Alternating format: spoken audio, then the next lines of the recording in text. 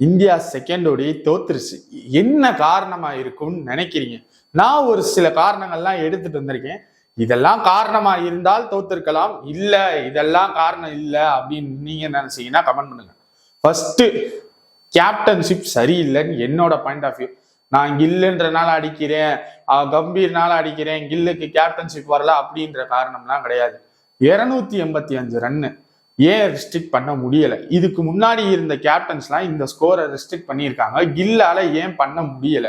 Bowling ரொட்டேஷன்ஷிப் சரியில்லையா, இல்ல பேட்டிங்ல score பத்தலையா, இல்ல பிச்சுக்கு இப்படியா? என்ன காரணம்? ஒண்ணு. ரெண்டாவது, ஒரு ஸ்கோரை டிஃபெண்ட் பண்ண முடியல, அதாவது ஃபர்ஸ்ட் பேட்டிங் பிடிச்சிட்டு எவ்வளவு அடிச்சாலும் செகண்ட் பேட்டிங்ல ஏன் நம்ம விடுறோன்றது பெரிய கொஸ்டின் மார்க்கா இருக்கு. ஓகே, இதெல்லாம் இருக்கேல, அதாவது பவுலிங் யூனிட் சுத்தமா ஒஸ்ட். பும்ராவை நம்பிதான் அப்ப இந்தியன் டீமா? வேற பவுலர்ஸே இல்லையா?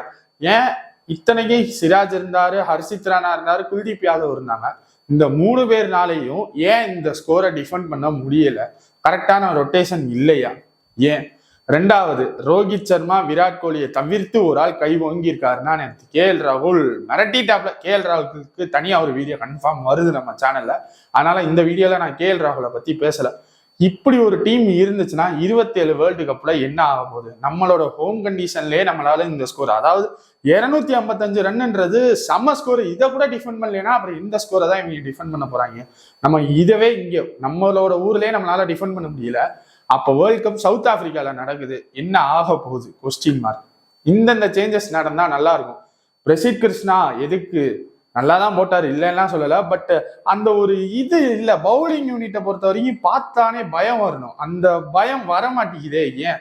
எல்லாரும் சொல்லலாம் இது என்னப்பா ஜஸ்ட் ட்ரை சீரீஸ் தானே, இதுல நாங்க வீட்டுல இருக்கிற பிளேயர்ஸ் எல்லாம் வச்சு நாங்க விளையாட வைக்கிறோம்னா, அப்போ வேர்ல்டு கப்புக்கு என்னடா பண்ண போறீங்க? இதே பிளேயர்ஸை கொண்டு போயிட்டா என்னடா பண்ணுவீங்க? அங்க ஒருவேளை பும்ராக்கு அங்க இன்ஜுரி போச்சு, யாரை வச்சா அப்புறம் விளையாடுவீங்க?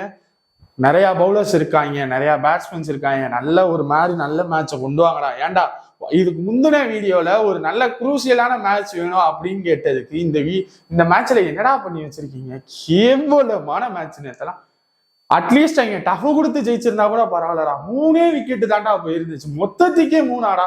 மிச்சலங்கிட்ட என்னடா பொழக்குறியா, இந்தியா வந்தாலே பொழக்குறியா. 3 விக்கெட், அதாவது 7 விக்கெட் வித்தியாசத்துல நியூசிலாந்து அபார வெற்றி. இப்ப என்ன தெரியுமா ஒரு இதாயிருச்சு, அதாவது இப்போ 1-1 ஈக்குவலா கொண்டு வர்றாங்க. கடைசியா ஜெயிக்கிறவங்களுக்கு அந்த 3வது தான். என்னடா போன வீடியோல இந்தியா தான் ஜெயிக்க போகுதுன்னு சொல்லியிருந்தோம், பார்த்தா நியூசிலாந்து ஜெயிச்சிருச்சு. நல்லா தான் இருக்கு, கடைசி டிசைடர் மேட்ச் நல்லா இருக்குன்னு எதிர்பார்க்கும் போது தயவு செய்து நிதிஷ்குமார் ரெட்டி ஐயோ வேற லெவலுப்பா, நல்ல ரீப்ளேஸ்மெண்ட் கொண்டு வந்தீங்க. வாஷிங்டன் சுந்தர் இல்லைன்னு சொல்லிட்டு யாராச்சும் ஒரு நல்ல ஒரு ஆல்ரவுண்டரை கூட்டு வந்து விளையாட வச்சா பரவாயில்ல. NKR உங்க காட்டுல மழை தான்ப்பா. 3rd ஓடியை என்ன ஆக போகுதுன்றது தெரியல, பாப்போம் என்ன நடக்க போகுதுன்ட்டு. நீங்க சொல்லுங்க, இந்த மேட்ச்ல இதெல்லாம் டிராபேக்கா இருந்துச்சு அதனாலதான் இந்தியா தோத்துச்சுன்னு கமெண்ட்ல சொல்லுங்க. இல்ல நீ சொன்னதுதான்ப்பா காரணம் அப்படின்னாலும் கமெண்ட்ல சொல்லுங்க. பாய்.